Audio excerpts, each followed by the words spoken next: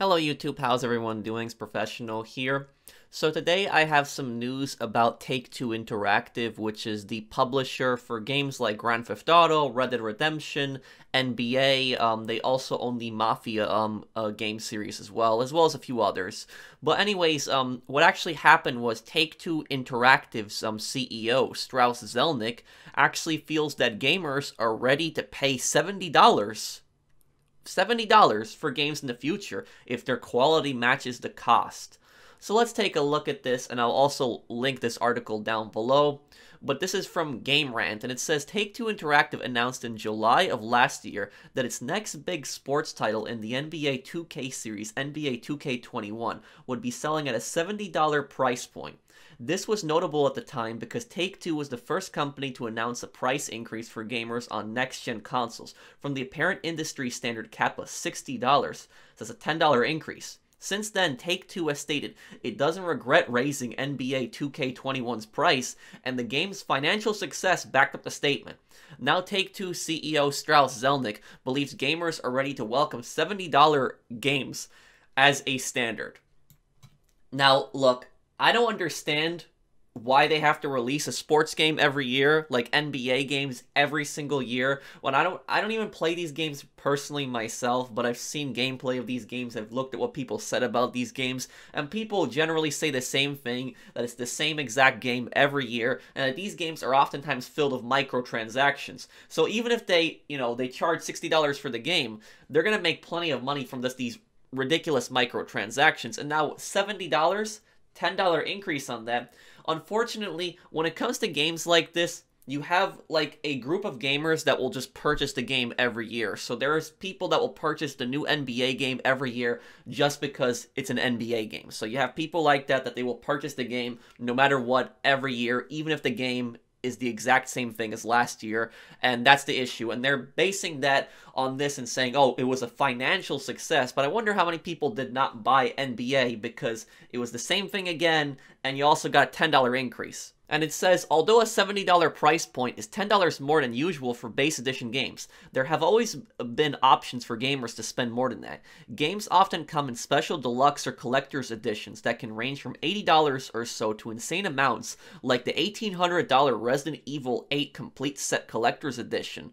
It should be noted that these editions always come with extra stuff to warrant the price, miniature art books, DLC passes, etc., and gamers definitely buy them. But for gamers on a budget who still want to buy the base edition of a AAA title, $60 has been a comfortable cap since 2005. Okay, well, when the article says miniatures, art books, DLC passes, etc., I don't think that still justifies an $1,800 price for a collector's edition. And this is another company, Capcom.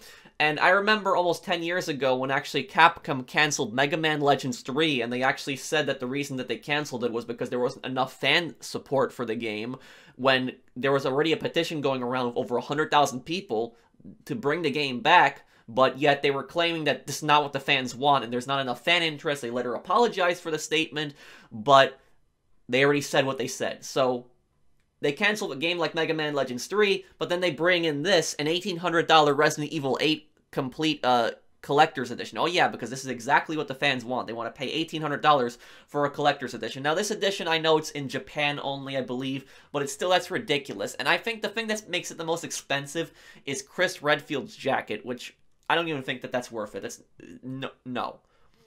But let's keep reading here about Take-Two. Take-Two CEO Strauss Zelnick is confident gamers are ready for $70 games on next-gen consoles, as long as developers offer a quality product. Speaking of NBA 2K21, Zelnick states that consumers were ready for it because Take-Two Interactive offered an array of extraordinary experiences and lots of replayability. Yeah, just NBA has a lot of replayability, the same game every year. Zelnick also says that while he believes consumers are ready for the price hike, Take-Two does not have plans to increase prices for its new games across the board and will be evaluating each game individually. Oh my god. And the thing about this is the same thing with Grand Theft Auto. Now, Grand Theft Auto, it's a very different game than NBA, obviously. It's a very unique game. A Grand Theft Auto game comes out every several years. But Grand Theft Auto, you have people that will buy it no matter what. So it's going to be a massive selling game. It could be whenever Grand Theft Auto 6 comes out in a number of years, it could be the best-selling game of all time.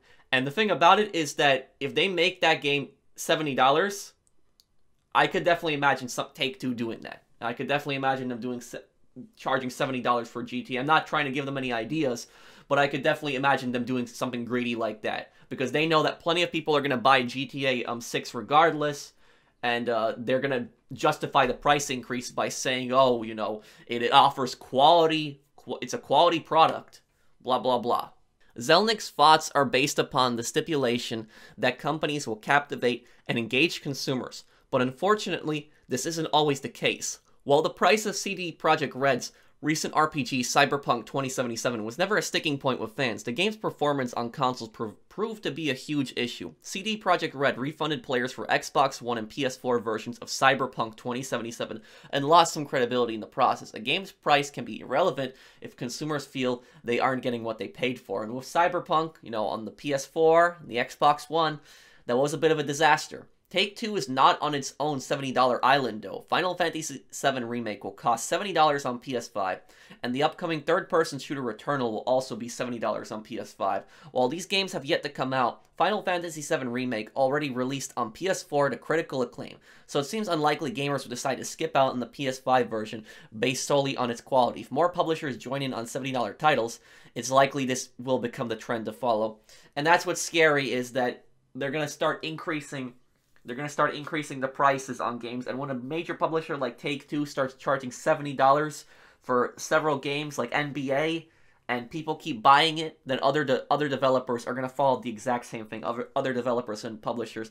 The only way to keep games at $60 is to just not buy the games for $70. But unfortunately, there's going to be a huge crowd out there that is going to just buy it. And I just find it ridiculous how Take-Two just talks about that gamers are ready to pay $70 if the game offers quality content, all this other stuff, but you're using that to justify an NBA price increase. When NBA, like I said, it's the exact same thing every single year. There's a lot of people that don't even think that $60 is worth it for an NBA game, but now you're going to be charging $70 for it. This game already released last year, but it's just disgusting. And the games are filled with microtransactions also, so they're also making plenty of money from microtransactions. But, I mean, Take-Two Interactive, this is literally one of the richest publishers in the world. This company has billions of dollars. They have so many hit franchises, and they're going to be charging more for the games? Ridiculous. But let me know what you guys think down below. I just find it ridiculous how more people, they don't go after Take-Two like EA, because Take-Two Interactive and Activision, they do some pretty scummy things, just like EA. Unfortunately, though, Take-Two and Activision, that's Call of Duty's publisher, Activision, they don't get as much heat for doing stuff like this, like Electronic Arts does. Not defending EA in this case, what I'm just saying is that people constantly jump on EA, and they do deserve it, don't get me wrong, but then, you know, Take-Two and Activision do things like this, and it's not talked nearly as much as when EA does it. But let me know what you guys think of this story down below. If you play any of the NBA games, let me know what you think of their state down below in the comments. I just hope that the next Grand Theft Auto, whenever that releases, or another, you know, Rockstar title, I just really hope that they don't charge $70 for it, because that would be ridiculous. But if you guys enjoyed the video, drop a like. If you're new to my channel, enjoy my content, subscribe. And I'll see you guys on the next one. Take care, everyone.